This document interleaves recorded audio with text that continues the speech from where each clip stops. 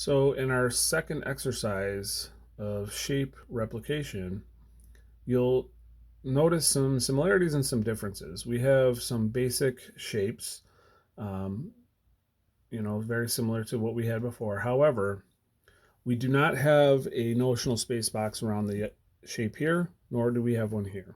This is where we revert back to our previous lessons on how to create a notional space box. One of the things that's interesting here, if you notice, some of these shapes are in the form of recognizable objects: a foot, an eye, an ear. These are things that are recognizable to us that we can use this process to draw. So we are starting to take these simple shapes, these simple lines, and starting to develop more complex objects with them. The process is going to be the same, which is the same for everything in this type of drawing. It just becomes a little more complex. So to begin with, what we will do is we will draw our notional space box around the item. So we'll start all the way left, whatever's all the way to the right, the upper, and the lower. So when starting on the left, we will draw a box here, a line here, I'm sorry. Then we will come across, draw a line across our top, to the right, and then on the bottom.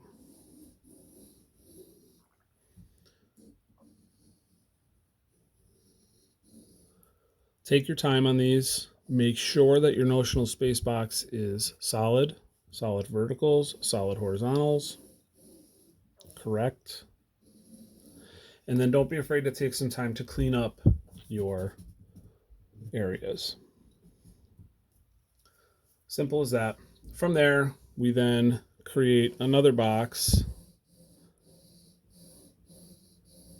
to the right.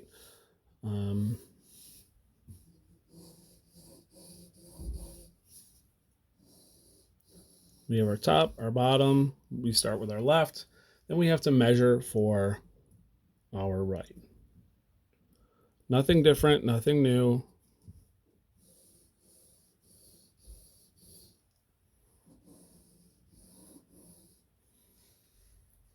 Make sure, again, that your box is correct. Take the time to do that. An incorrect notional space box is going to create a lot more problems for you as you move forward. A correct notional space box is going to help you and save you a lot of time as you move forward. There's a lot of mistakes that are not going to be made here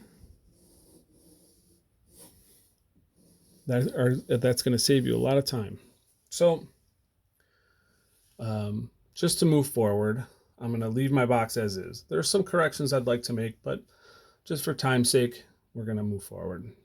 So what we're going to do here is we're going to start taking our large general shape and start breaking that down into specifics. How do we do that? Well, first you notice that each shape has mostly geometrical lines, which is good. It makes that much easier for us, which when we start drawing from life, we keep things geometrical and then move them into the soft organic shapes that they actually appear to be later, just like with the circle or a curved line. So for this foot, I'm going to start here. I like that this anchor point is right on our notional space box line. Good place to start. So I'm going to, just like the simple objects, I'm going to continue this straight through. Where we find that point on our notional space box and this point on our notional space box, we mark it.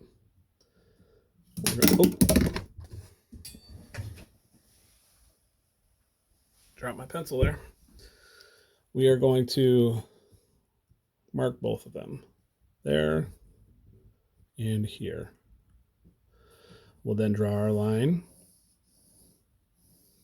One thing that we did not mention earlier in some previous videos is there's a way to begin to check some of your measurements. If you take your pencil, line it up on this angle here, and then just bring it right over, you can see if they land on the same angle there. That's going to help you understand and guide you along to make sure that some of your measurements are correct in a quicker way other than just measuring the distances. Doing that process is going to start getting you used to taking angled measurements and applying them to your drawing. So although that's something to check our measurements here, as we progress into drawings in the future, that's a technique that we will be using. From there, I'm going to take this same anchor point, bring it down to this one here. So I'll take my measurement, draw that line.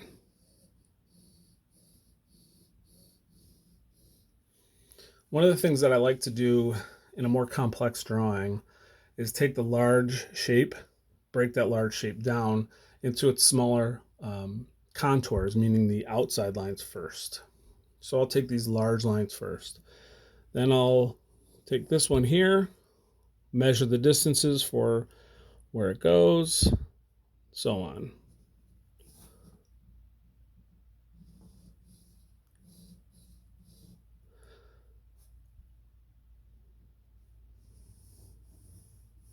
Now, if you notice, I haven't erased any large parts of my construction lines yet. That's because I still have a lot of things happening here, so I don't want to take that away yet. I don't quite know where this point is, so I'm going to wait until I get to those points to remove those lines.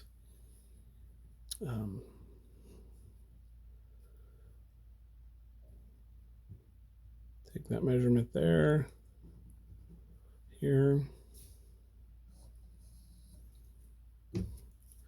I am going to clean up this line a little because it's starting to get in the way. Take this measurement here.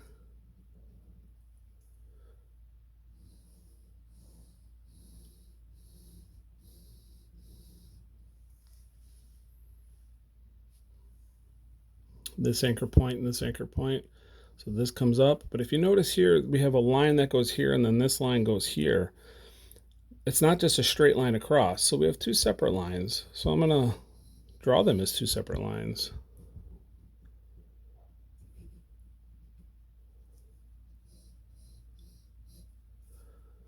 Then this line goes here, a little higher, a little lower.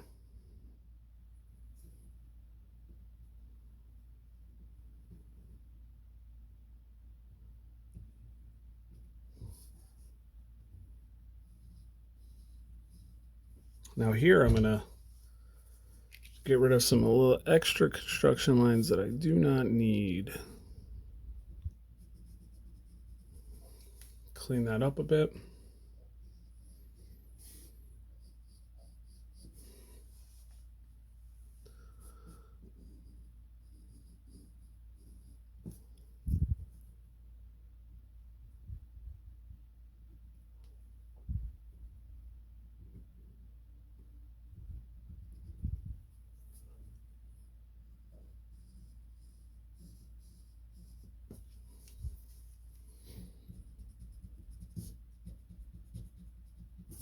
Remember, we work general to specific.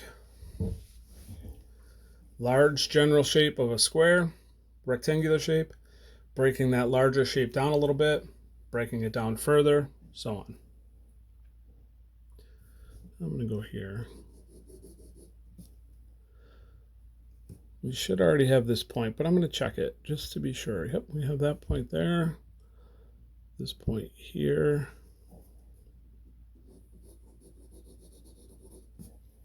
There we go.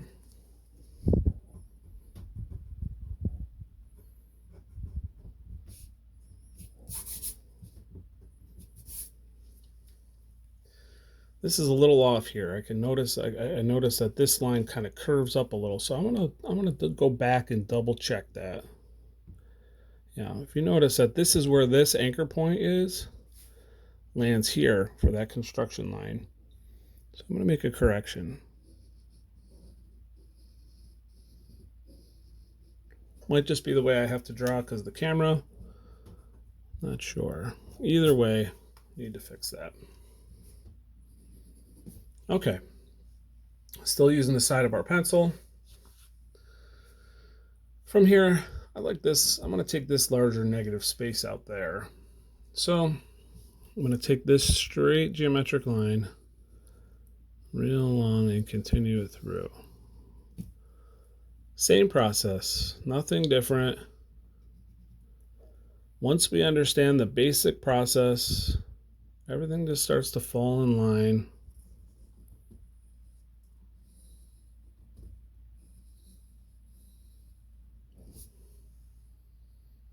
I don't want to erase this yet because I'm not sure where this anchor point is. So let's find that. We know where the anchor point is there, where this line came down, right there.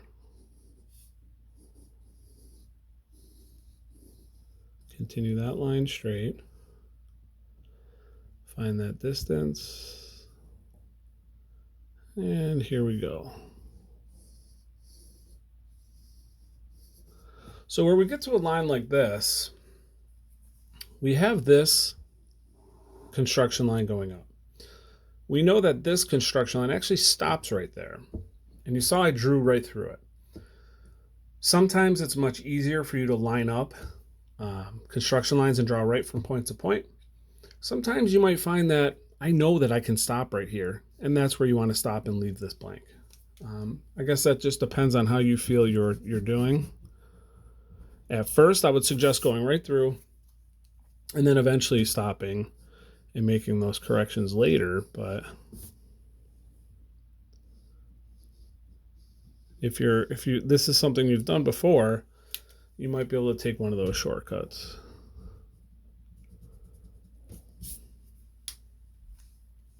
Now I can lose this construction line because I found that anchor point where these two cross.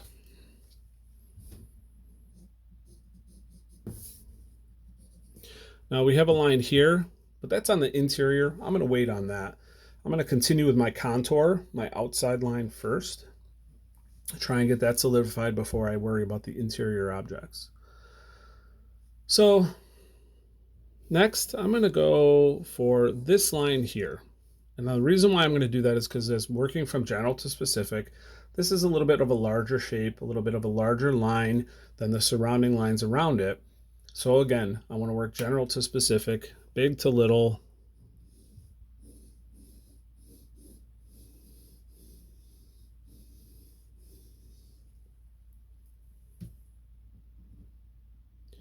You may find as you progress that some of your construction lines were used in other places, or anchor points, anchor points were used for other lines in other places.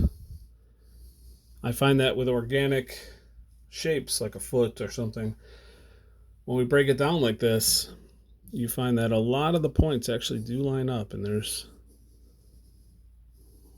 a lot of similarities.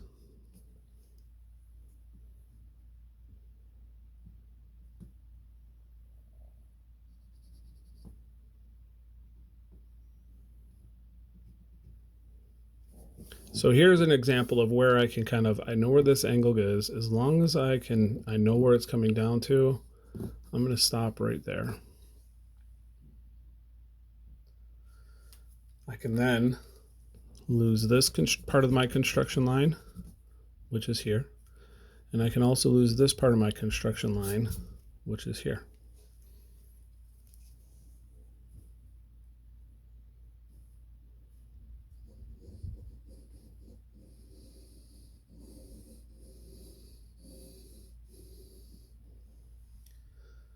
A lot of people do these types of drawings and use a ruler and think, well, I'm doing all these straight lines, why can't I use a ruler? And it's possible you could. However, it's my opinion that the more you use a ruler, the more you depend on a ruler, the more you need a ruler. The more practice you get drawing your lines without that device, the better you're going to get, and the sooner you're going to be able to not need that device. So here, I'm going straight through just because I want to make sure that they line up. There. Once they do, I now can lose this construction line, this construction line,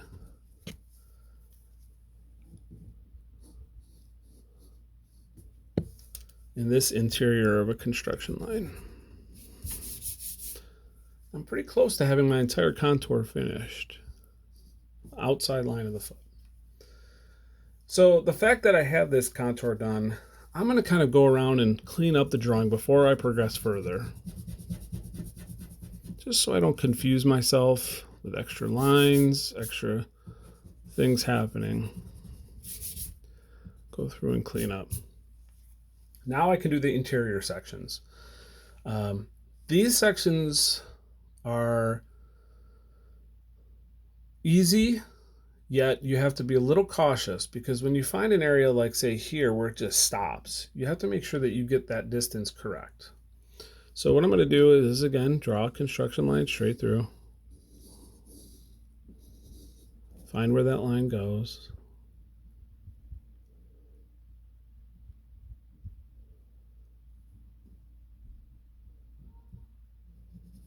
To there. Bottom to here. And I'm going to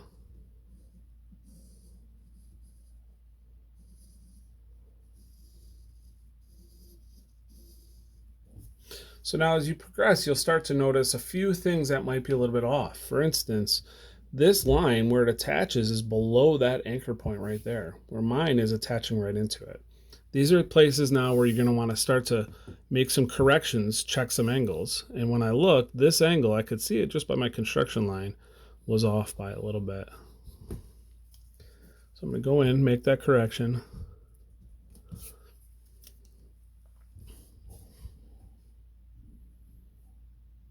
That angle's off slightly as well.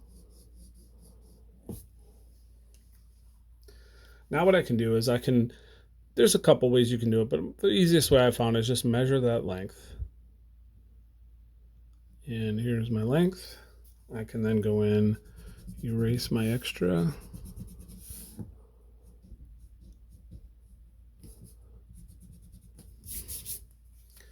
Move on to the next section.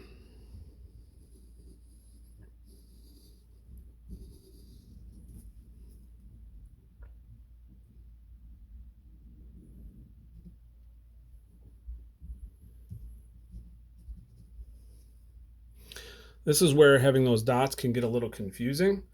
So be careful that you're making sure that you're taking the areas you don't need. This is the one I need. I'm going to erase those out of there, just so that I can make sure I'm using the right ones. Measure that distance. Distance is to there. Erase what I don't need. Clean everything up.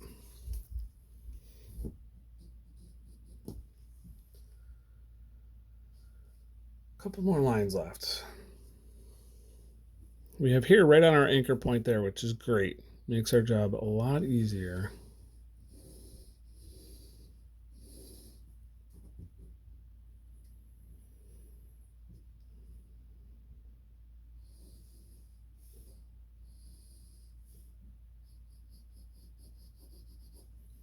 Measure my distance. If you notice, I'm starting to say the same things in the same order. And that's because drawing this way, there's procedures. There's ways to do it. It's like riding a bike. When you get on your bike, do you just start pedaling before you're sitting on your seat? No. You get on, you sit on your seat, then you start pedaling. You know the procedures. Here, there's procedures. Once you learn those procedures and are used to those procedures, things move along nice and quickly.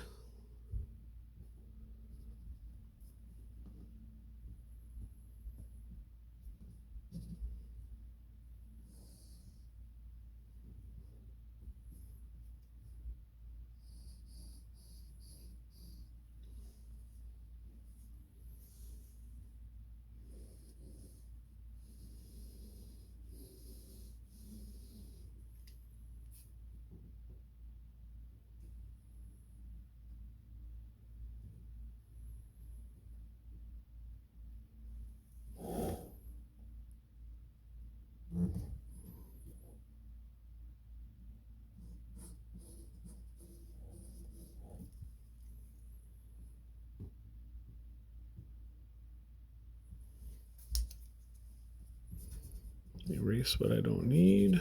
Now, I have all my major lines drawn. what I'm going to do now, I'm not going to erase my notional spacebox quite yet because I may find that I want to go back and I want to make some corrections to some of the things that I've done. I can see here there's a few areas where it's a little off. This distance is a little long. This distance is a little short. So I need to make those corrections.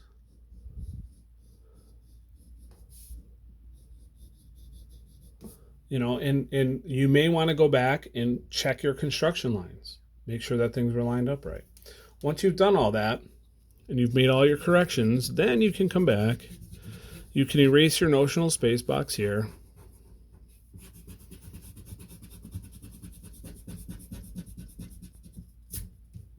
And you should have that replicated shape, which in our case is a foot. And then I would also go back and I would clean up my lines. Here's where you can start using your tripod grip.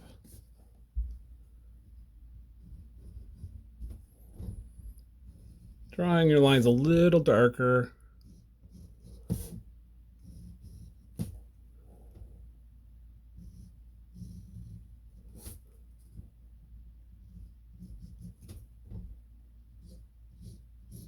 So on.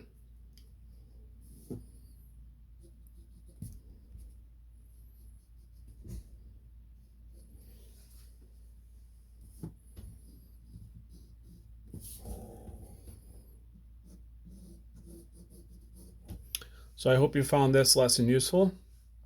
Now you know how to create your notional space box around this object, recreate that notional space box and the object here, and you can now continue on to your other objects.